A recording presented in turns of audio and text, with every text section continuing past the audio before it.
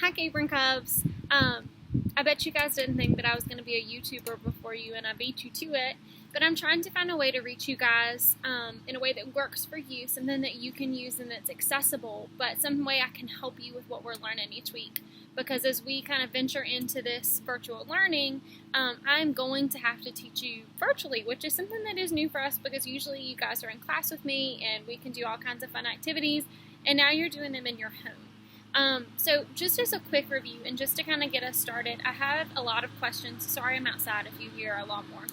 I had a lot of questions about this week's packet. So I just kind of wanted to go through to make sure that you were doing everything correctly and that you knew what it was that was expected of you.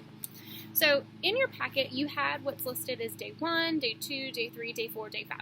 So just like we would have in class, this would be for Monday, the next day for Tuesday, the next day for Wednesday. We know that things come up, so if you can't do day 1 the first day, there's no way Ms. Strick's going to know about it. So just keep that to yourself. We will, from this point forward, not be doing anything on Fridays. So I'll only be including 4 days after this next packet instead of the 5 days that we've been including. So in day 1, you had a plastic straw maze.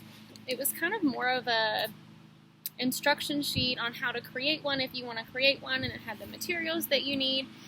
This was something that you could have actually created at home, which is why I included it in your packet, just so that it was something that you had that you could look into. As you went into the passage, there were several questions for you. You guys know how to do this kind of stuff and answer these kind of questions. This is stuff we've had all year long.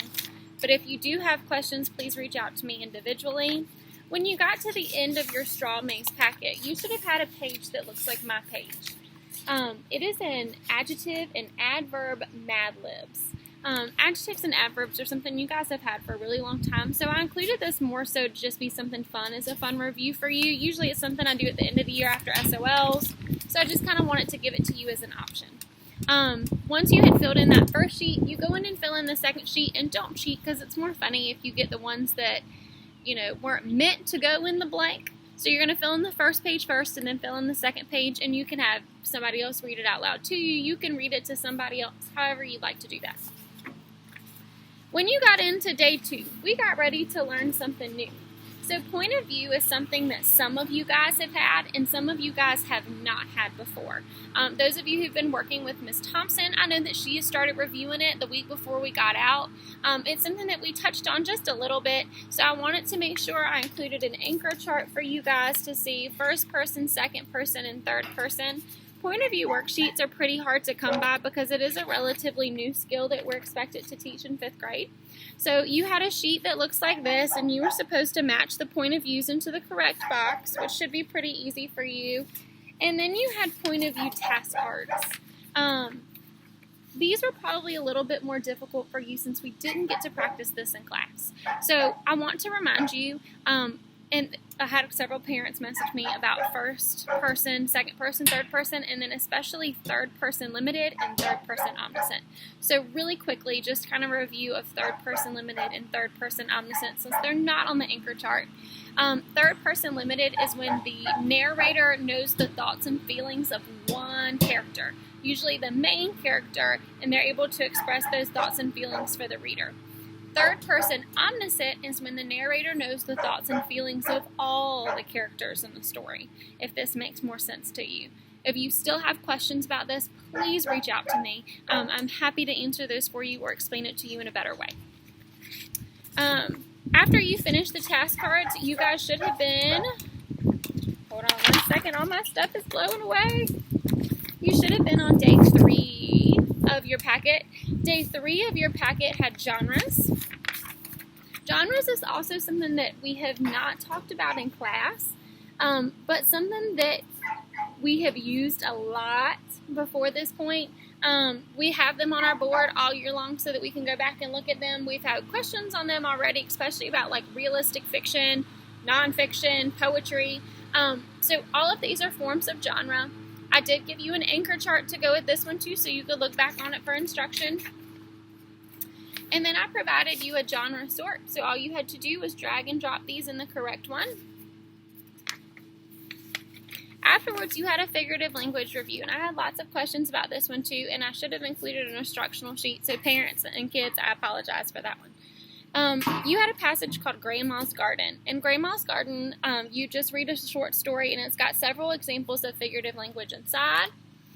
On the back of it, it looks like this, and I know that that's kind of confusing. These are already matched up. What I wanted you guys to do is cut these out and then rematch them again, and it's just a practice for you. You get to keep these. You can do what you want with them. You can practice them over and over again. But figurative language is something we worked on for quite some time and something a lot of you guys are still struggling with. So expect more figurative language practice. Day 4, which is what you guys should be on today, it provided you with a passage on bees, which, you know, kids, you'll appreciate this. Dylan and I took Annie out to the pond, and she got into a beehive, and all the bees chased Dylan into the truck, and he got stung like 10 times, but he's okay. You guys had questions on these, so you can answer the questions that go with it. They're pretty self-explanatory stuff that we've been doing all year.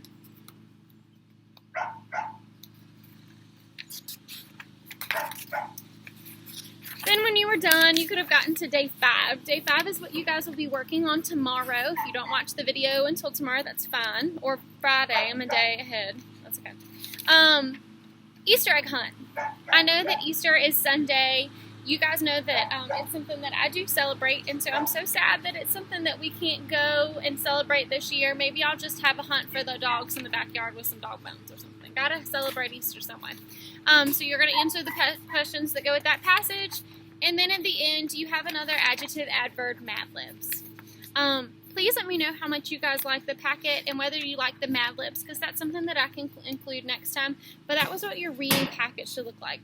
We're trying to limit reading to 45 minutes each day so that you guys don't have so much time to sit there in front of your on your table working on these packets and putting things together. We don't want you guys to be frustrated with the work that we're sending home, but we are having to send home new material.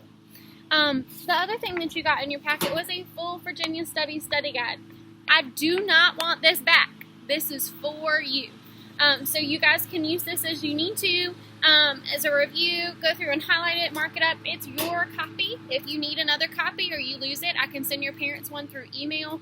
Please let me know if you did not get this, or you need this, or you've lost it, or whatever it is, or you need some clarification, or maybe you need something more detailed. I've got plenty of different options for study guides, but this one was the most condensed. Okay, this is your last time getting old Virginia Studies review work. So you guys had VS5 review, which is pretty easy. This is your Revolutionary War stuff, Patriots, Loyalists, and Neutralists, things that you guys breezed right through all year long. You guys have several, like Who Said It, and you'll keep getting those kinds of things from me. You'll get different sorts from me where you're supposed to copy and paste things into the different formats. Yep, all of these are cut and paste options and Who Said It options. Important Virginians review. We can never review them enough. But there shouldn't have any questions with that one, just looking through it. I probably will ask you to send me this page, definitely the last page in your Virginia Studies, and maybe a couple of the sorts so that I can stick a grade on them. I know parents, last time you stuck the packets at school into the correct bins. I think what Ms. Hewitt and I have talked about having you guys do is to send us pictures of the student work. That way it doesn't have to go through multiple hands with all these germs and stuff going around. We don't want to spread more than we need to. But hopefully the sending pictures will work out. If you do not have us on Remind, we really need to get you on there because that's our best form of communication. That's how Ms. Hewitt and I have been reaching out to call parents. They do want us to call and talk to you and your student at least once a week. So parents, if there's a good time that works for you, please get back to me on that. I'll be sending out a survey with information for you guys to fill out on a good time to reach you and your student so I can kind of talk to you guys and find out how things are going, just to catch up with you and your student throughout the week. As always, if you have any questions, please don't hesitate to reach out. This whole virtual thing is new to us, so excuse my first YouTube video. Hopefully they'll be more entertaining in the future, but we've just kind of got to figure out how this all works together. Thank you guys so much. As always, reach out if you need to. Thanks.